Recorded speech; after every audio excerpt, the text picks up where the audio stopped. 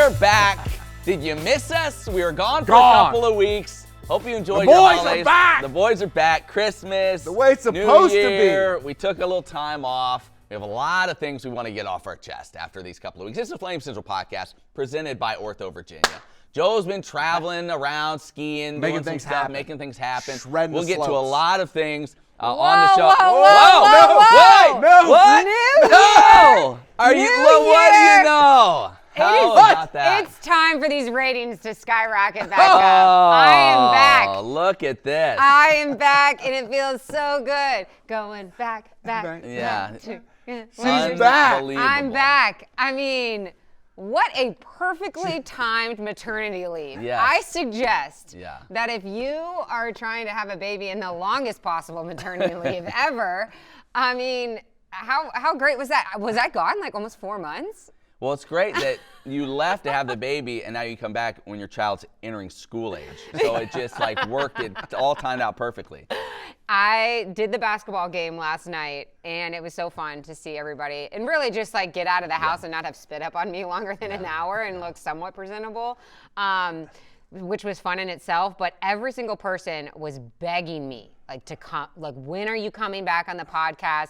It has been such a struggle. See, I've gotten the exact opposite, but that's interesting. But yeah. I kept getting texts saying, "Man, it's good to see you finally. Guys got it right." Yeah, right. Shut You up. guys finally got it Joe, rolling. you missed Your me. hair got Yeah. it right. I need to hear it right now. There is a missing factor to this podcast since I've been gone. I will say there were a lot of podcasts where before we started, Joe's just kind of mopey, and I have to be like, Joe, big guy, come on, you can do this. Come on, It's man. just like, She's it's just coming not the back. same. It's just not the same. Shut up. You know, I will say you're right though. We have had so many people over the last couple of weeks, whether it's a lot doing games, where people are like, how's Emily doing? How's the baby?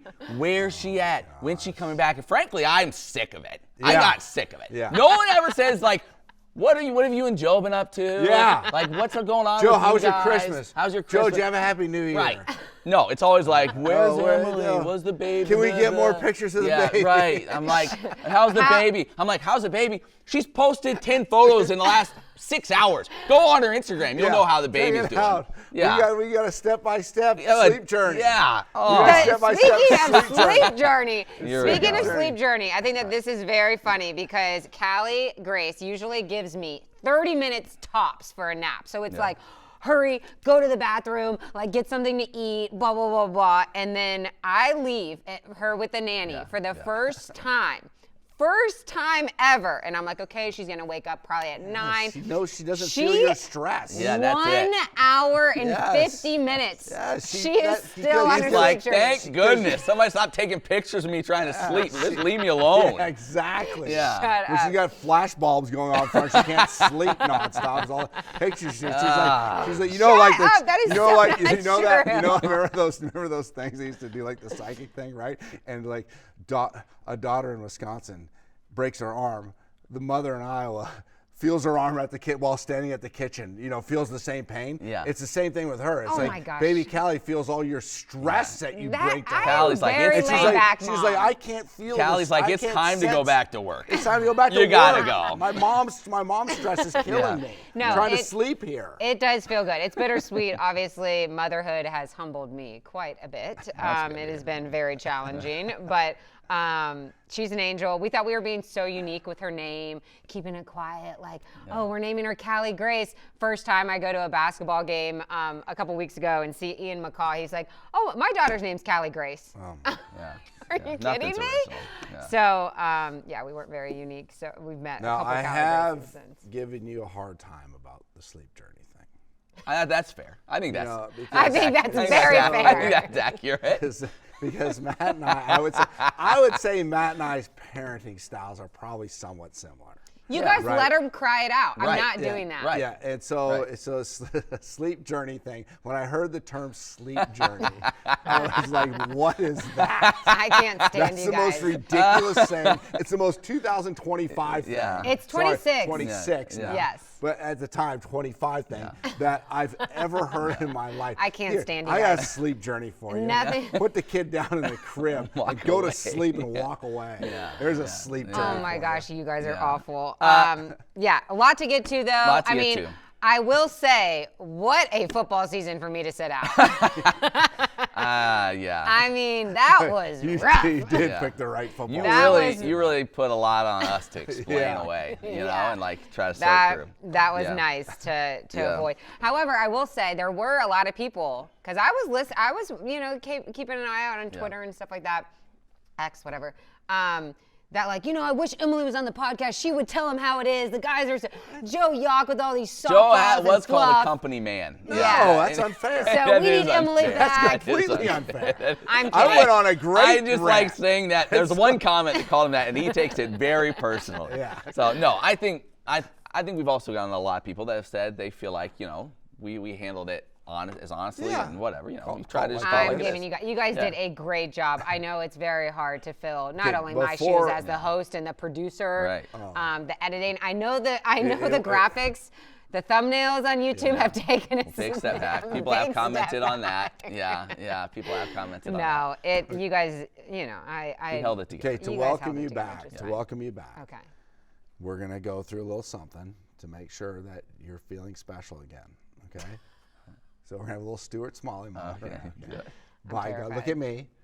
By golly, I'm special. Say it. By golly, I'm special. And people like me.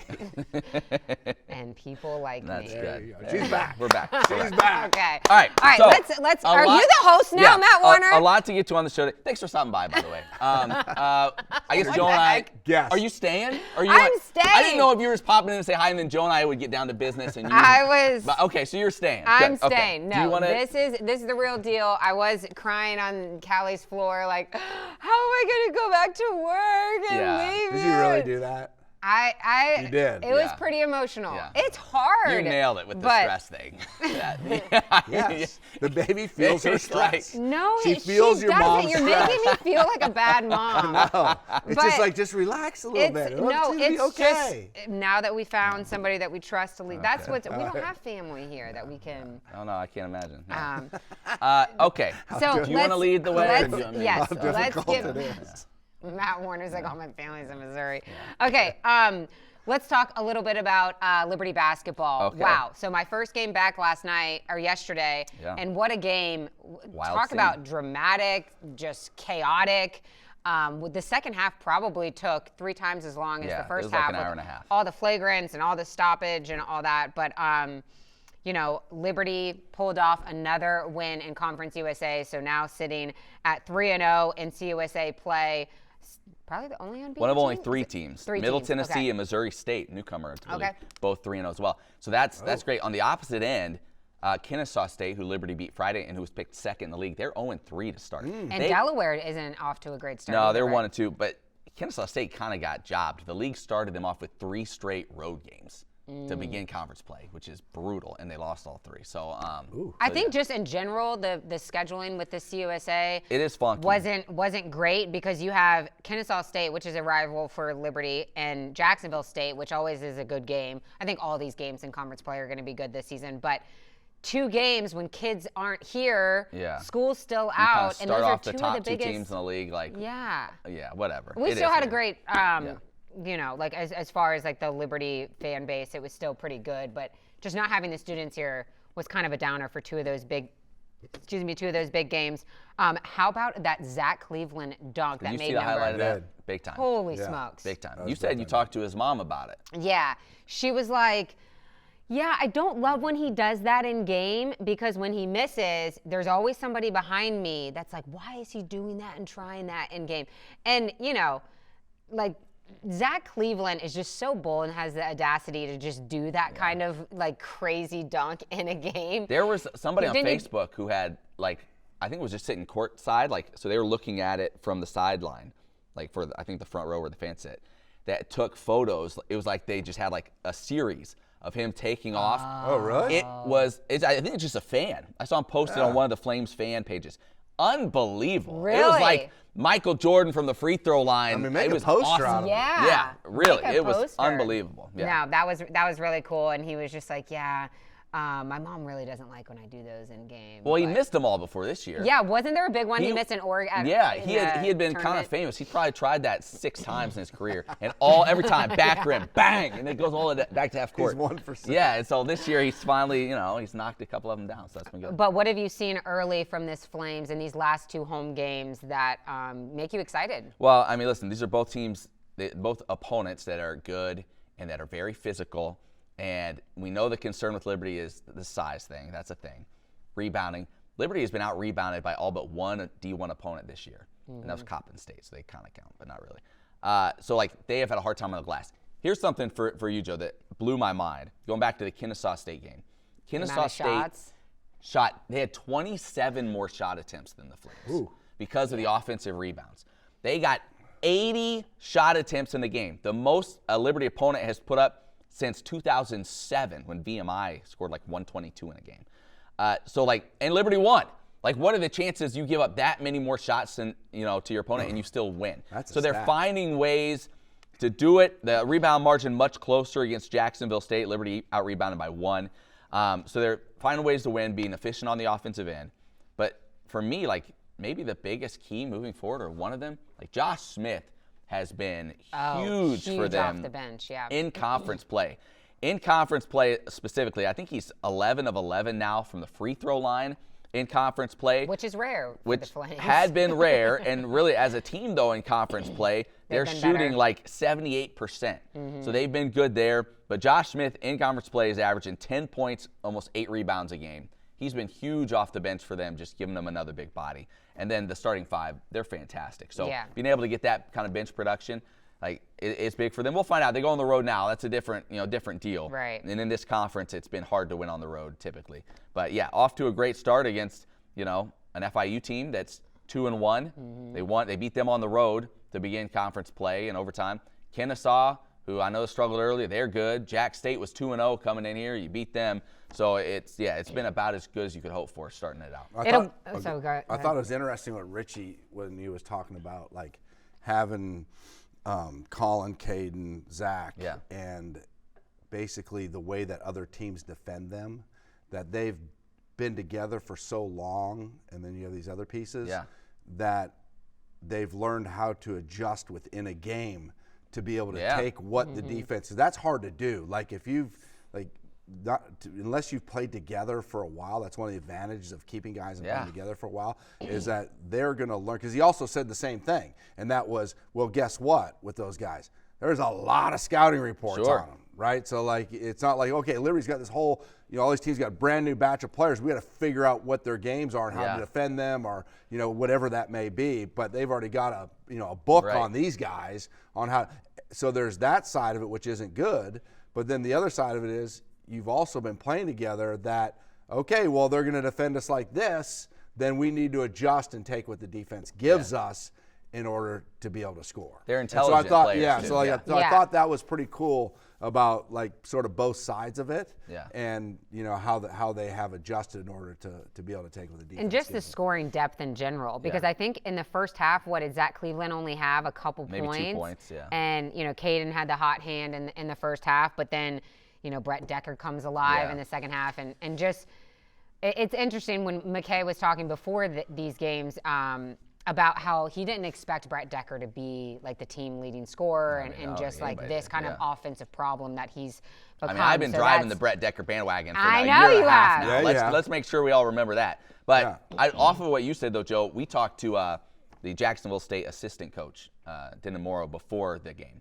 And he talked about that with Liberty. He said, we lost to them in the conference championship. He was like, they figure out, he's like, you have to, it's kind of like a football defense. You have to give different looks. Right. We have to change things. He's like, because if you do the same thing too much, they are going to pick you apart. They're just smart enough, and because they played together long enough, they just are able to diagnose it in order to expose the weaknesses. So he's like, so you got to mix it up. Even if it's just for a few possessions here and there, just make them have to sort through something different. Right. Yeah, and back to these close contests and conference play, Coach Morrow of Jack State said, I was like, oh, you guys got away with a close one at Delaware, and he's like, that's every game's going to be like that for us.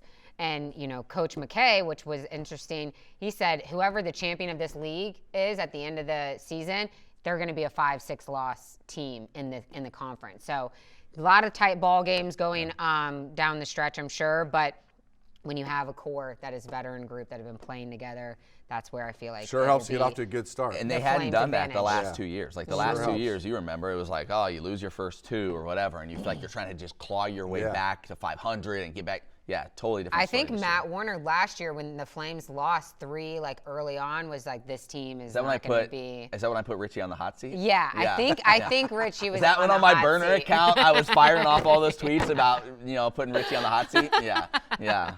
I think someone was putting. Oh him yeah, on the they were. It was ridiculous. That's when but- you come. That's when you always. That's when Emily comes riding in on her white horse to defend. Yeah. She's a great defender. Yeah. She Oh is. yeah.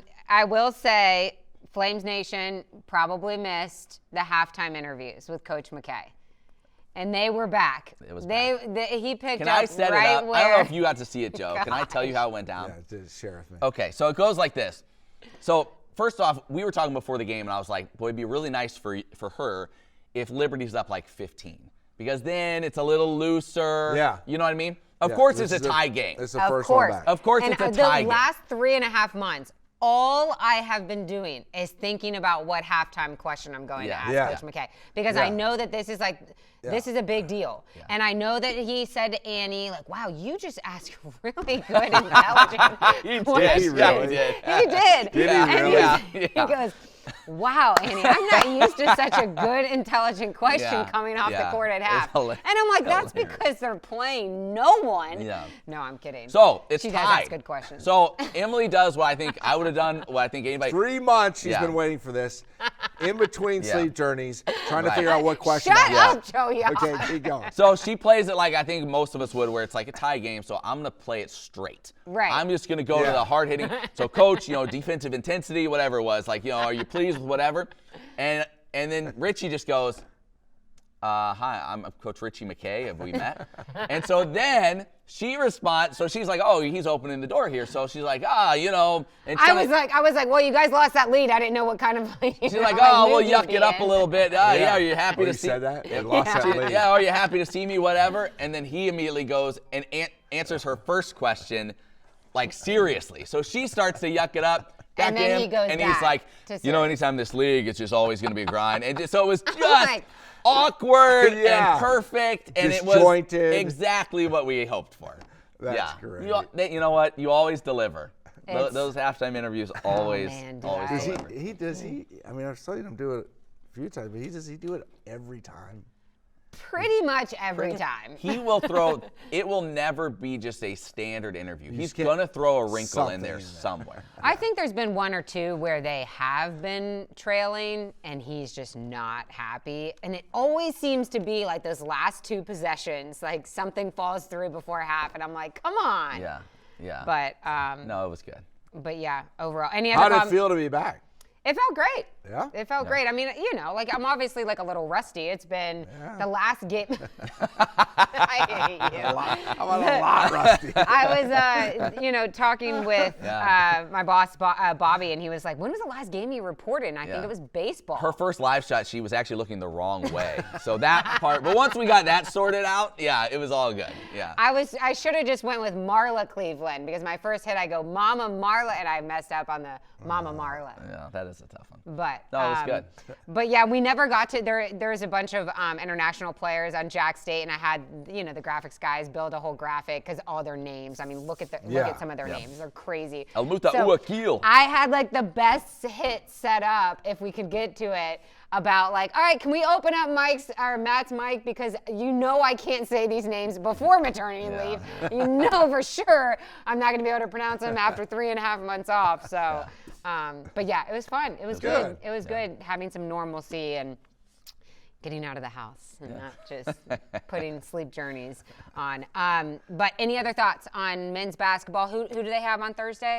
Louisiana Tech, and then after that on Saturday, Sam Houston will be the next. Sam Houston. I guess we should mention J.C. Strider Jr. got ejected from the game for Liberty for leaving the bench area.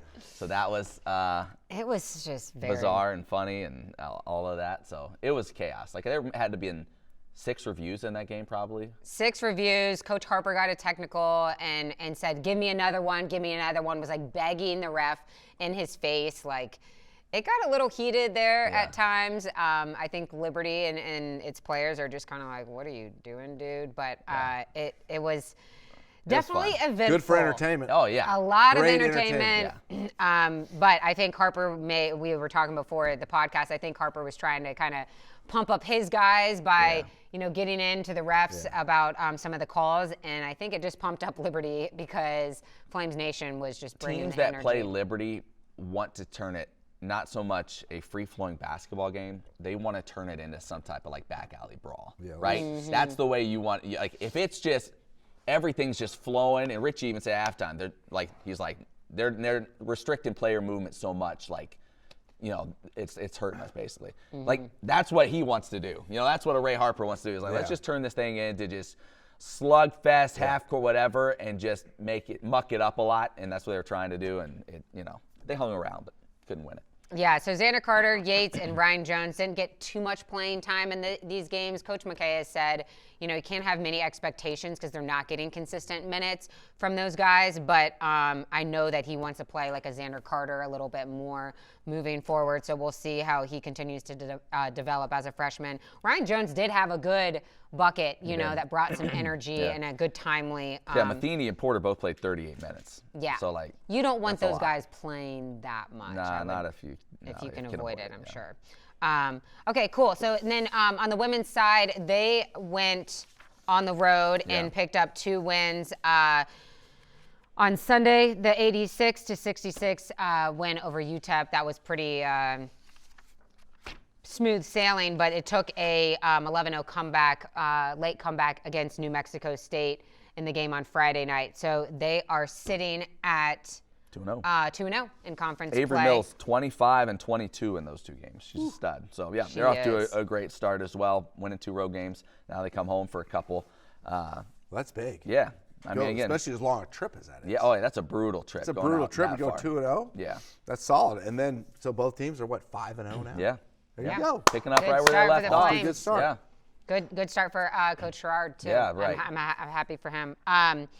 We just got a Callie pitcher update. Oh gosh. She is what awake. this is now? She is awake from her sleep Is this journey. what we're Doug's doing running now? over. I love how pictures. her babysitter has the matching binky. Isn't that so cute? Okay. Look at little Callie Grace. Is this what people were saying they were missing from the podcast? Oh, look at little Callie. She has very expressive eyebrows. She's kind of like, wait a second. They haven't seen it on this social isn't media, my so they might make sure we get it on the podcast. Okay. You can join Emily's newsletter. She'll send it to you directly. Hey, just a reminder that OrthoVirginia, this is the podcast, Flame Central podcast presented by OrthoVirginia. And then you got some facts here. OrthoVirginia. OrthoVirginia.com if you'd like to schedule an appointment. Proud partner of Liberty University Athletics. Okay, what else do we have? I didn't really go much into producing Yeah, I can this see first. that. Liberty football hires a new defensive coordinator. yes. Went Sean all into Quinn. coming back, huh? Yeah, Sean Quinn. She's back in mid-season form. New DC hired. Kyle Krantz leaves, goes to, was it Colorado State? Colorado State, Yeah, yep. so Sean Quinn, he was the outside linebackers coach for Virginia Tech. Yep. He'd been at Virginia Tech the past few years. And so Liberty brings him in as the new DC.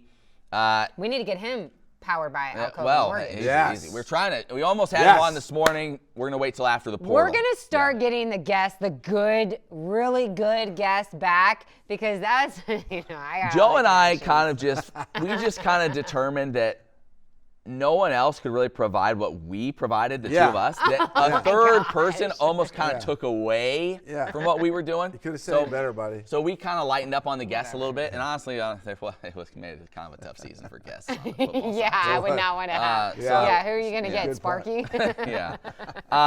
So new DC. Don't know a ton about him yet, other than his track record a little bit. We mentioned Virginia Tech. He'd been the head coach at Savannah State for a couple of years. He'd also bounced around the Citadel, Tennessee Tech, Western Carolina. Was at Charleston Southern for a year. Looks like he just missed when Jamie Chadwell was there. I don't think they crossed over. Yeah, I'm interested to know their ties and how this all came about and how he ended up here at Liberty. Heard good things. Obviously, there's some quotes in the press release from Bud Foster and Brent Pry. Both speak highly of him. Some other people I know that are kind of tied into that program a little bit spoke very highly of him and his recruiting prowess being a big part of that as well. So that's big right now as Liberty's trying to basically rebuild this roster through the portal, which is just chaos. So I think, what was it, like 9,000 people are in the No, portal? but it's like it is 1/3 basically of all football players are in the portal. 1/3. Yeah, 1/3. Oh, How? You think That's about a trying lot of to folks. handle that, and then I think of, I just think of like a team like Ole Miss right now, who half your staff you're still playing, you're in the playoff. Half your staff isn't even employed by you anymore. They're actually employed by LSU. They're just kind of sticking around till you're done in the playoff. So they have no interest in helping you get guys out of the portal.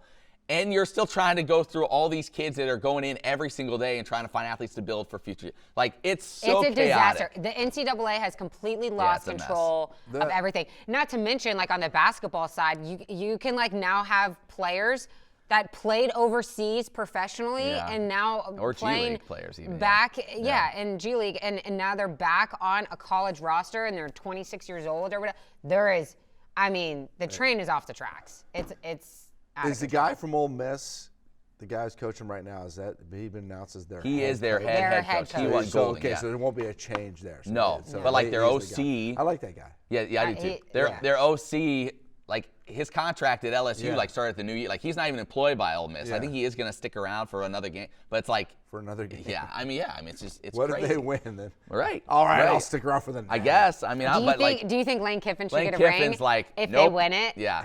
Do you think he should get a ring if they win it all? Should he get a ring? I don't. I mean, he's getting the incentives. Like Oh, somebody said, yeah. he's getting bonuses Yeah. because of it, and he's obviously not around. It's bizarre. It's Yeah, so bizarre crazy. stuff. But For the excited Flames, for the Flames. I was shocked when Ole Miss beat Georgia. I too.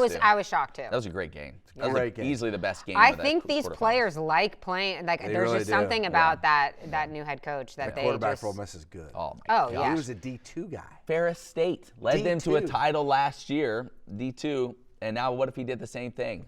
That's at unbelievable. FBS. That'd Yeah, be- and he was 0-star. Yeah. 0-star athlete out of high school. So he wasn't the starter at the beginning of the year, and I don't think he was the starter at the beginning of the year for Ferris State last year either. I mean, Wow, that that guy's would a be crazy. gamer. Yeah.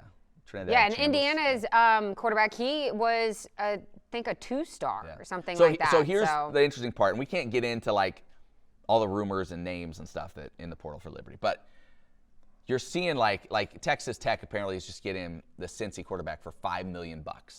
They're paying this quarterback. $5 million. So you see that, So and it blows your mind, crazy. right? Oh and, my you're like, gosh. oh my gosh. But like that oil money. in some ways, they have it a lot easier than a school like, say, Liberty, because they can go, well, we'll just pick off, like, we know he's good, right? We know this guy's produced. We know he's good. We have the cash to pay him. That's easy. You just got to have the cash. If you don't have that, now you're going through, you're not necessarily getting, at least not at the FBS level, a guy who's been productive. You're getting a guy who, like, maybe he was someplace and he was a backup, but we think he has ability. Or you're having to go lower level and maybe he produced there and hoping it can translate to this. So that's where, like, it's the identification and evaluation becomes Talent that much more. evaluation. Yes, it's huge.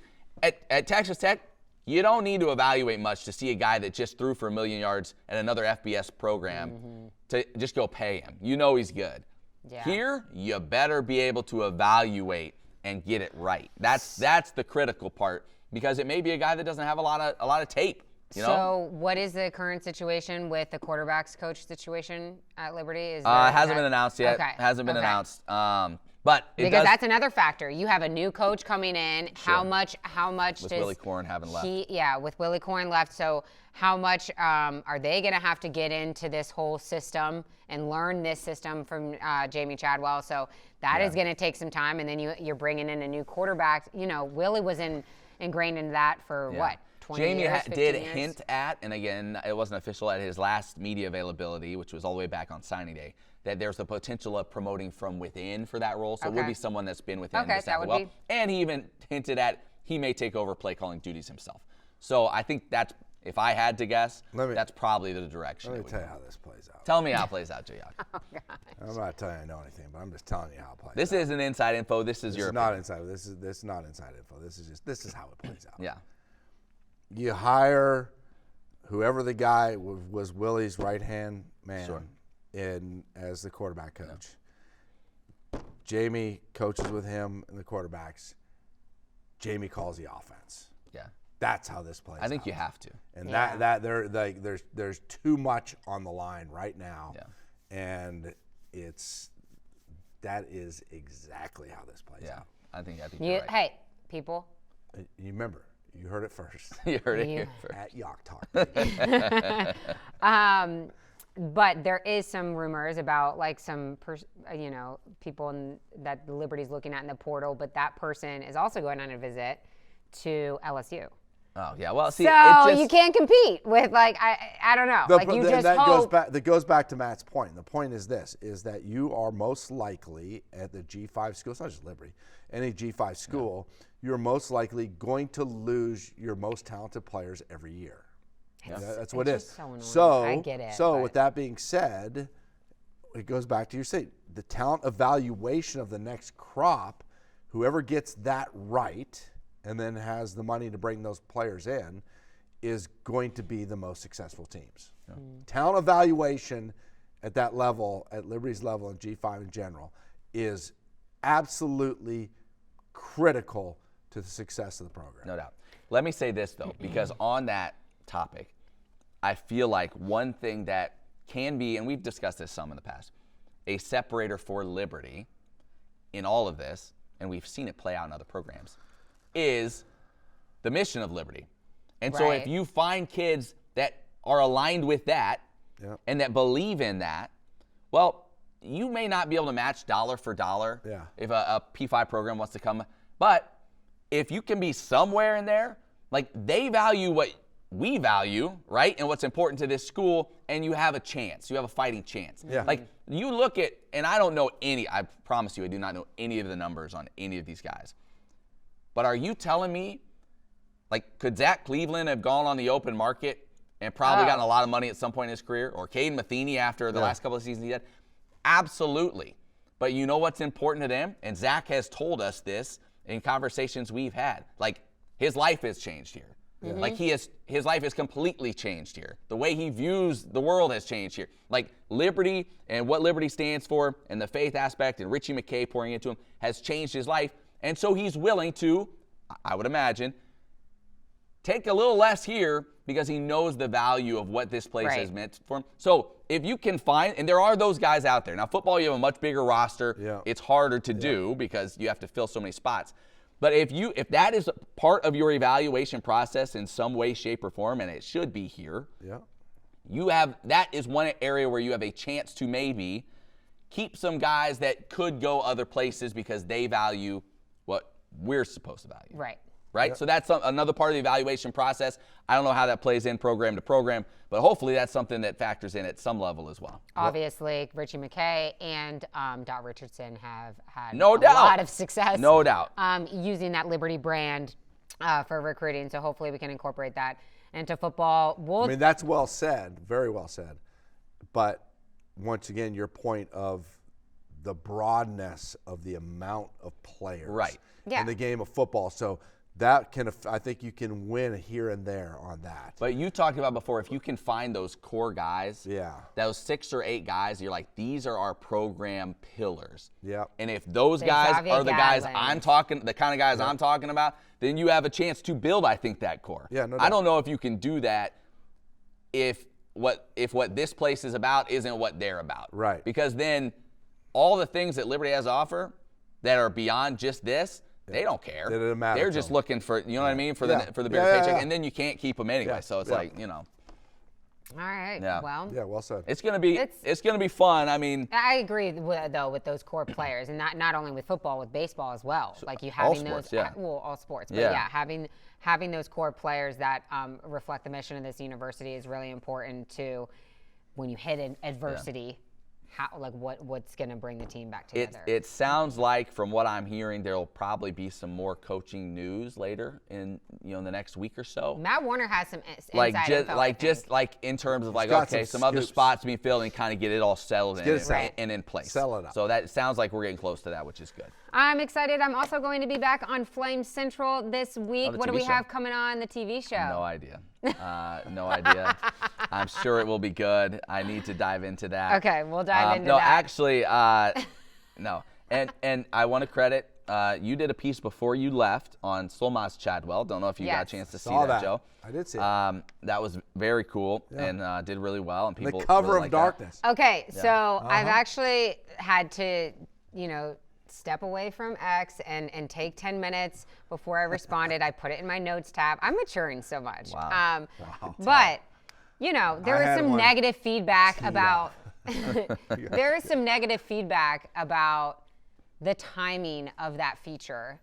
And I'm speaking to you who wrote that about why would we put out this feature on Solmaz Chadwell, Coach Chadwell's wife, and her journey from her family escaping Iran to come to the United States. We were trying to soften the 4-8 season. Okay. By putting that out. That is 1,000% not what we're trying to do.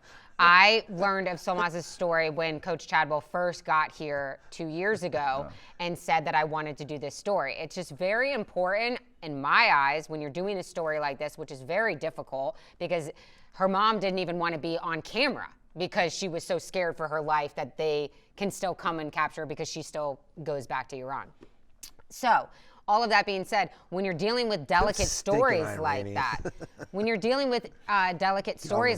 I think that in somebody's opening up about something that's so personal to them, I don't think that was important for me to do in 2023 when we're doing a Fiesta Bowl run. Hey, Solmaz, I don't know you, but can you just pour your heart out?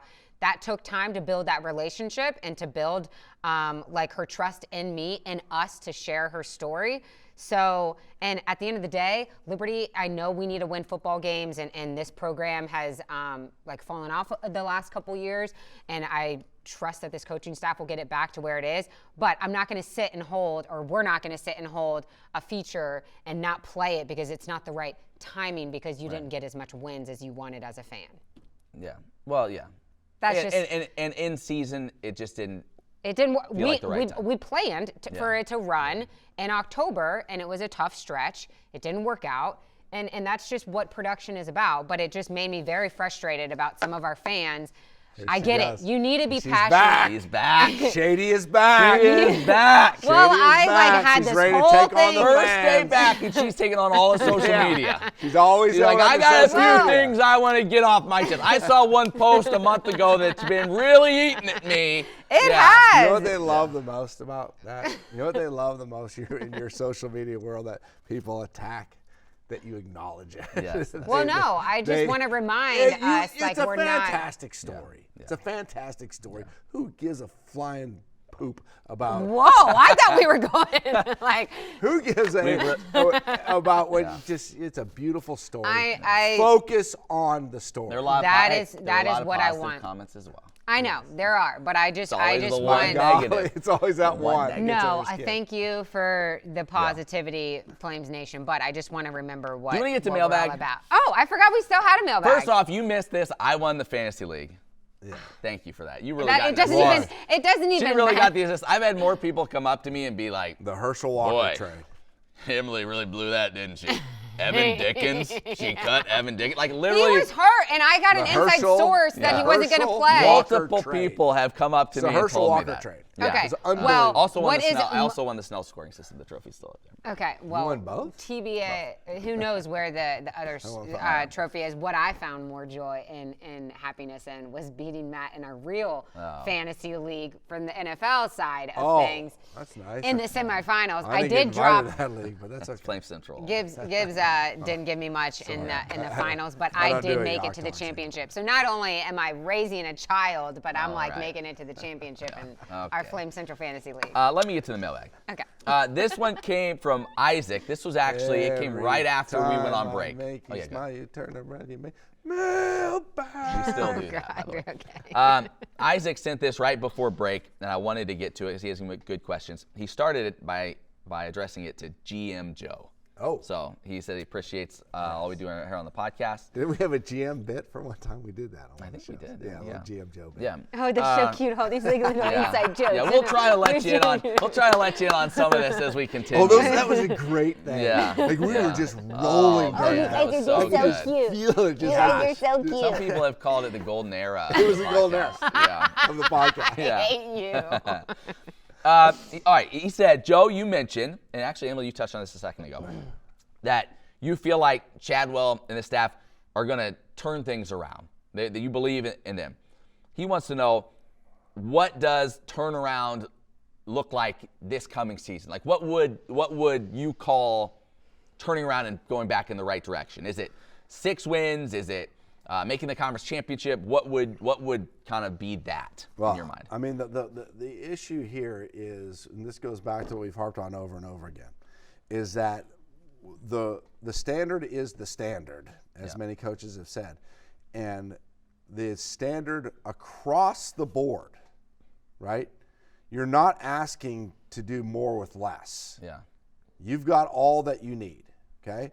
So the standard has been since the day that Coach Chadwell was hired, was, he said himself, to play in the college football playoffs. Yeah. Okay? So that's what the goal is to achieve. Now, with that being said, right, sure, is that going to happen every single year? No, it's not going to happen every year, but you're building a roster, building teams that you want to get to that point. Now, you've had a couple bad years. So does that reduce, because you've had 2 years, does that reduce the standard to say, oh man, if we just make a bowl game next year and get 6 wins, like we're going to be happy with that? No, I don't think so. No. I think that if we're going to put numbers on it, I think Liberty needs to have a minimum of an 8-win season. I agree. And I think that they need to be playing for a conference championship. Yeah.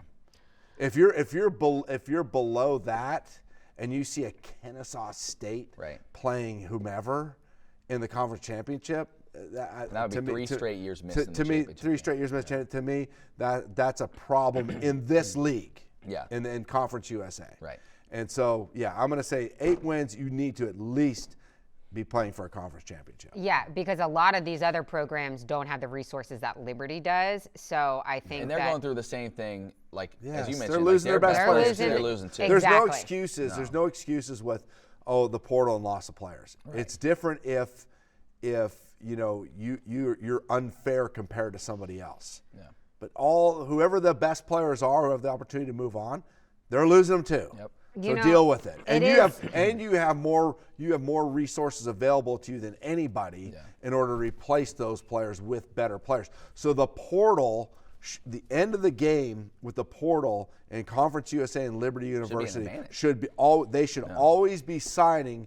This shouldn't even be close. When the dust settles, Liberty University should always be signing the #1 portal class, only recruiting class, portal class in Conference USA. No doubt. So a couple things. I think that it is really unfortunate and a little discouraging that after going to the Fiesta Bowl, which you think is you're getting so much publicity for your program, that Liberty is kind of fallen, the 2 years to follow that, because you would think that it would be going the other direction. So that's a little disheartening. But again, I do believe in this coaching staff. They've won everywhere they've been. So you can call those 2 just like fluke seasons if you want, I guess. But the other thing is, do you have any concern with Pat McAfee? A lot of guys in the media, national media, have been saying the JMUs, the Tulanes, they don't belong in the college football playoff. That it should change to be, no matter what, no group of 5 champion, no 4 conference champions. It is just the top 12 teams. Do you see that changing? Because then the whole goal is, obviously we still want to win conference championships here, but that just changes a lot. I guess it just that's out of Coach Chadwell's control. But that's something that we have to look at. That wouldn't be necessarily the end goal anymore. The thing that I'm for. And this is because you're going to see a greater separation between G5 and P4. And that is because of the loss of the best players. It's going to be more money. They're always so what I'm in favor of 100% is doing a G5 national championship. I think Coach Chadwell has said that Chadwell before. has said that before. I love that idea because I think it'll take on a life of its own. It won't be as national, right? You're not going to get the national, obviously the 12-team playoff, best 12 will get the national attention. But I'm telling you, for a school like Liberty, JMU, some of these other schools, Tulane, across the board, you have the opportunity, the excitement that would be generated regionally from those games. Like if you were to see Liberty play JMU for a national championship, I mean, that would be, to me, that would be. But here's the But to FBS, it would feel like an FCS. Then you, of all these schools, the JMU, the Tulane, the Liberties, they're like, we just invested all of this to play at college football's highest level, and now you're telling us you're not? Yeah. Yes, because this. Here's why. The talent. The is just separation is going to, because the way that they threw everything out on the table. Everybody's shuffling the cards right now. They're dealing them out, and as you're dealing them out, you're like, dude, Texas Tech just got 4 aces. You know, whatever school it is, Indiana now is cleaning up with Signetti, and you're left with the separation being is going to become greater and greater and greater. I agree with that. And there's never going to be an opportunity for one of those G5 schools to really make a legitimate run at this thing. It's just not going to happen. It's going to get worse. It's going to get worse and worse because of the talent level. So yes, you can argue that now we're playing for a sort of second tier thing, but it's reality. It's reality, in my opinion. I get that argument, but I think the excitement that would generate around a G5 national champion, like, dang, and then they'd be talking about, man, I wish I had a shot to play. I don't know if I agree with then you always, they always think that was a shot against the big guys, right? But when I watch that Oregon JMU game, like I know JMU ended up scoring some points, but if Oregon really wanted to go full throttle on them, I know it could have been. Right? Like they were scoring at will. Like it's hard for me to admit this, but they don't belong. Like they aren't part of the 12. I mean, we've done this 3 years. Yeah. Like you look at a number of the games, like and people always go like, oh yeah, there's always blowouts with these. Like look at the other games between 2 Power 4 teams.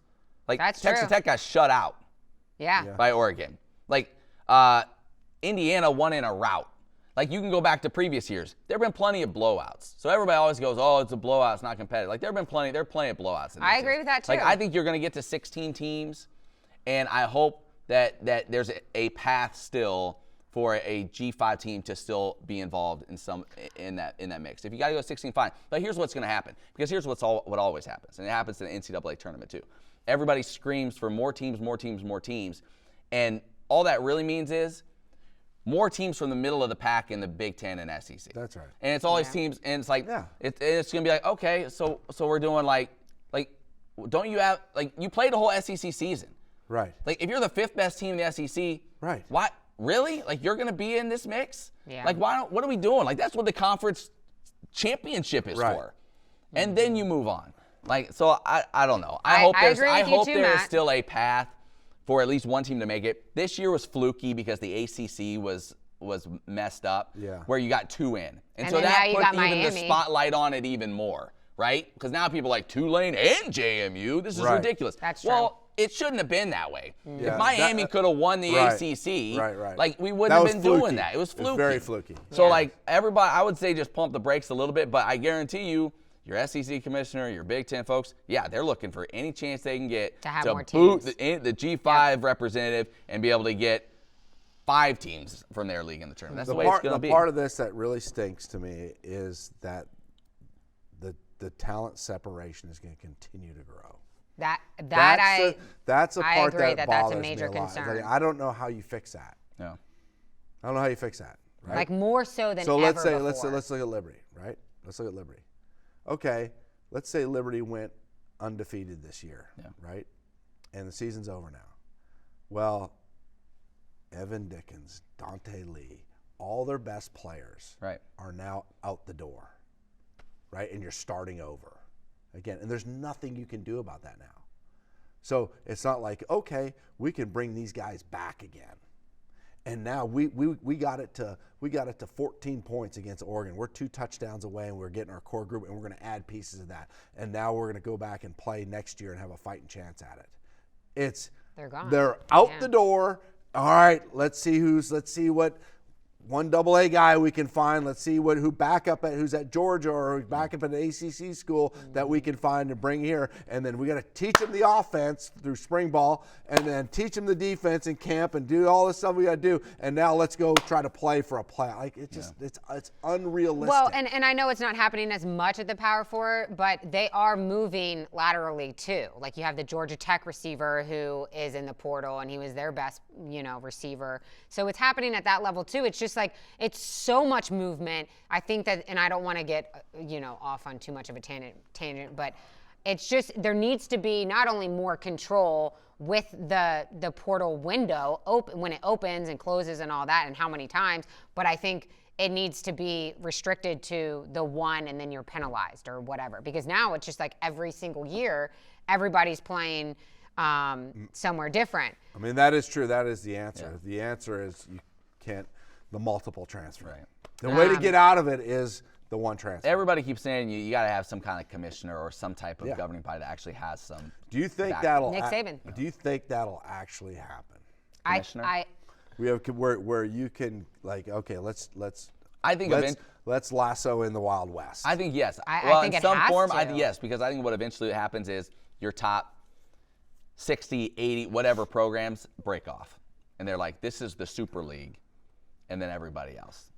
So what direction do you think it goes in? Does it go to the direction where we can hold college football together, keep it competitive where the G5 team has a legitimate shot because we've changed the rules, the transfer rules, or does it go to that where it's like, nope, we're going to take the top 50 teams, whatever that is. I think there's a better chance of that happening. Do you think there's a better chance that happens? It's like what? Well, because I think, unfortunately, all you have to think about is like, what would at the SEC and Big Ten be in favor of?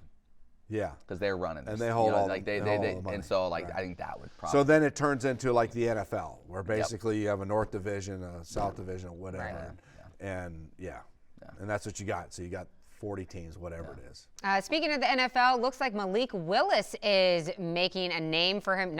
He's already made a name for himself, but he's really he's going to be a free agent, right? Yes, I saw. Wait, what happened there? He What hurt his shoulder, happened? so he didn't play the last game. Okay, and they were already locked in. I was I think they were wondering about locked into the 7th seed no matter what. So He I think had a shoulder issue the game before that. Right. Who they play?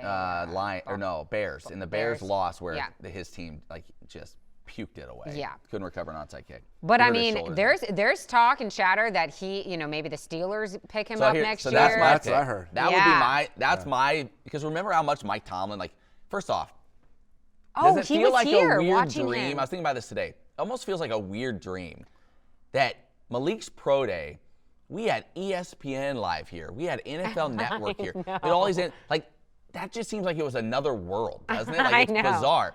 But Mike Tomlin was here. Remember they had dinner at Neighbor's Place the night before? Yeah. And everyone's like, oh, they're definitely taking him. That, if Rodgers doesn't come back, that is the landing spot I think he could end up in. Although, he's going to have options. And I saw one NFL insider, one of the national guys saying this past week, they're hearing he could make up to 15 to 20 mil a year. Let's go, Malik!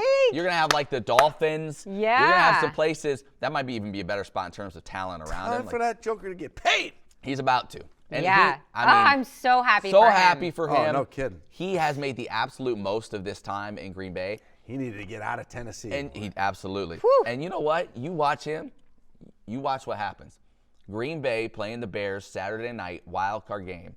Jordan Love comes out and starts 1 for 5 throwing the football. You just go to social media and you just search Malik Willis, and you see how many Packers fans are going to already start the Malik was better than this guy. Why are we not playing him? Are you serious?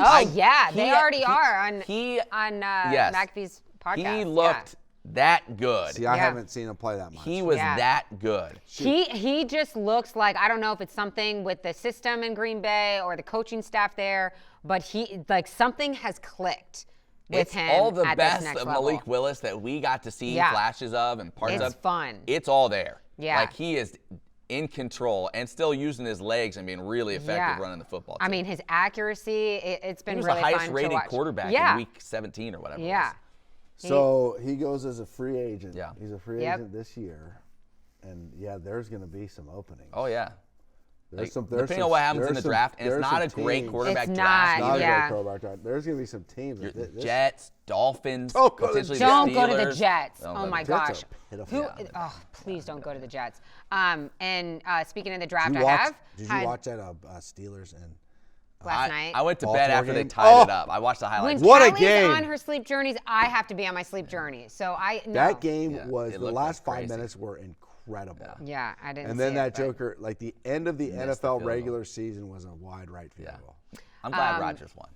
I want to see him continue. I for do another game. too. Had some people reach out about CJ Daniels, so I think his draft stock yeah. is extremely high. He- You think he'll be a first rounder? No. No? No. Really? CJ Daniels? No. Yeah. Mid-round, maybe. Really? Yeah. But Oh, I thought he was going to go pretty he's high. made the most of. Yes, he has. He's made the most Yeah, of see, this portal era. There's a guy who, like, when CJ was here, I was thinking, dude, you're making a mistake. You be the man at Liberty next 2 years. Trust me, the NFL will find you. But to go to He proved you LSU wrong, yeah. and then go to Miami and play the way he's played, Yeah. you got to give him credit. Good for him. And You he know was- what I respect about the old saying, I can't remember the coach who it was, but anyways, when it comes down to crunch time, don't call plays. It was Saban who talked about it. Yeah. Don't call plays, get the ball to players. Yeah. When it was 3rd and 4 at the end of the game Yep. and Miami needed a first down, Mm-hmm. it wasn't like this was a read. That was 100% inside bubble screen to our tunnel screen to go to CJ Daniels. Yeah. First down. Yeah. Miami wins the ball So game. happy for him. Great Good for kid when him. he was here. Good Yeah, for him. So absolutely. awesome. We loved him. All right. I think. Do we have more? Yeah. Can I get to I another know this mailbag? is an extended You got off podcast. Sorry, real quick. I went off on real a quick. tangent. We got a couple more mailbags. Jenny, who's a longtime listener. I love you, Jenny. I've always loved you. First, she emailed at like 6, and she was like, "Happy New Year. Is Emily back?" And she asking about that. And then she emailed back at 6:53.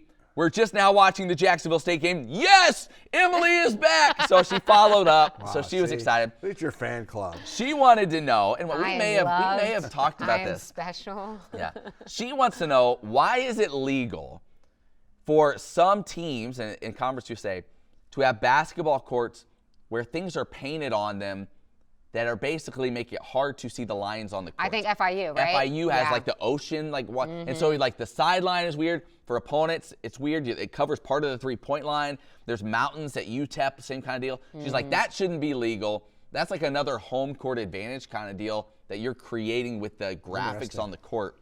I feel like it shouldn't be. I agree with that. I can't stand. I mean, I think the NBA did something like the Celtics court was like green or like something. like NBA Cup or whatever that thing's called. Oh, like the courts awful. are like, it's like watching a video game. And it just hurts my eyes. I guess I'm old. We're old. But We are old. we're so That's old. old, But I don't think that should be legal. Yeah, I'm with you. You got to stick with the standard. Or there needs to be a certain like distance between like out of bounds lines. It all of can't that. be on like the lines on the court. Like Right, you see the big right. logos, or I love when a team will do like their state in the middle of the court, like Yeah. a big state. But when it's like on the sidelines and like making where you're like, what is the out of bounds. I'd be lines, curious yeah. to talk to like a Cade Matheny or somebody and be like, when you've played there, Does do it you ever impact- catch it in the Does it corner? bother you? And you're like, Yeah. where am? It's different. It's totally Yeah. different. So good point there, Jenny. One last thing, Mark Mad Dog Murdoch. Murdoch. Birdie. He came down on Birdie. Friday night's basketball game, chatted with me for a little bit. He wants to know, with all of us being former college athletes, how would your college careers have been different Why are you laughing, Joe? had NIL been in place when each of you Oh, played? here we go. And would any of us have needed to work post-college with all that money? I think Joe's probably, as a garbage NAIA baseball player and a mediocre runner, I think we can send this one over to Joe, former CFL first rounder. You probably would have played the NIL game pretty well back if you had that option. mediocre. I was. The negotiations you would have had. Nothing would have described me better in my college days than a mediocre runner. Ran to stay Yeah. in shape. she's on the track team to Shut stay in up shape. about staying in shape. You can't even run a mile. You would definitely play the NIL game. Oh yeah, I mean, I was dead broke in college. Yeah. I mean, I'm talking dead broke in college. I was, yeah. So. I mean, who wasn't? I was Right. heating up SpaghettiOs in my Yeah.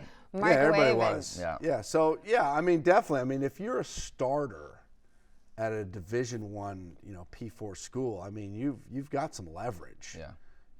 And so the thing that I find that I'm so thankful for is that there was the one transfer rule, right? Yeah. And after my freshman year, Mike Mosberg was redshirted, I thought about transferring. Okay. Right? So I thought maybe I originally had committed to play at University of Iowa because that's where my dad played. Yeah. And I thought maybe I should just transfer to Iowa, right? And I called my dad up. My dad was like, "No, this You'd is have been where." great as a Hawkeye, by the way. Oh, You'd have yeah, fit in like well. classic Hawkeye. Yeah. So, but my dad was like, "No." His head is gonna explode. Yeah. My dad's like, "No, this is where you said you're going to school. You go to school and you fight to play, and then that is what it is." And so I was like, "Okay, that's fine." And so then you fight. There's always By the way, somebody. advice that probably not a lot of people get anymore. Yeah. You know what I mean? Yeah, exactly. So, but then you get there, and one of the things, and it started for 3 years, and I was no superstar by any means, but it did a decent job for them, and it's graduating from that school, and then you feel like your loyalty to that school. Yeah. And so that means so much to me. It's like my life has been really around two schools: Liberty, UNC first, and then Liberty second, right? Yeah. And so to be able to do that and graduate and have that loyalty and friendships that you build is great. That's why I really wish that a lot of these guys would they can still get paid and do well. I would have loved that, to be able to play the NIL game, but still stayed at North Carolina and graduated from there. I saw recently our old buddy S.J. Tui, right? Yeah. He was here at Liberty, now the athletic director at ULM, right? Yes, Monroe, Louisiana. He put out a Monroe. thing about hey, if you're thinking about going in the portal, here's some things to think about. And one of those things he touched on, which is totally true, and we've mentioned it before, is if you bounce around and you finish at your third or fourth school, are they really invested in your future? Beyond there? I know, are they does it invested even matter helping being you a find a student? job and helping plug you in with net? No, they're not. You Yeah. just were there for 6 months. Yeah. You know what I mean? Or I always think if you're taking your kids back to a game, you can take Reese to UNC and be like, right. this is where this Yeah. is my home. This is where are you going? If you played 4 different schools, right. you have no home. You have no connection. You have no legs. No one cares about you. It's just you lose all of that. And I know the money thing is obviously very important, but there's also long-term benefits. I'm sure you've seen even financially from the connections that 100%. you built by staying with that with North Carolina and going through. So then Liberty's a perfect example of that, because of what you guys brought up before is that if it's a uniquely different place, there's a mission here, right? That's uniquely different. When I was getting recruited at UNC, the selling point, this is what they still put this all over everything, is say it's not a 4-year decision, it's a 40-year decision. right? So that was that was sort of their calling card, is that, listen, if you go to school here, you graduate from here, you're going to be taken care of, right? Yeah. And you'll build the connections in order for you to make sure that beyond football that you can be successful in life. And yes, to me personally, that has taken shape. I think Liberty is in the same boat. Yeah. It's right, if you can say hey, I'm coming here to develop as a football player, basketball player, whatever that may be, and I'm committed to the mission of Liberty University, and I can build my life around like-minded people who are committed to the same thing, then guess what? When you walk away with that diploma from Liberty, you've made the connections with people that are going to help you advance your life, your career, your faith, your family, all the things that you talk about that are important to people for the rest of your life. Yeah.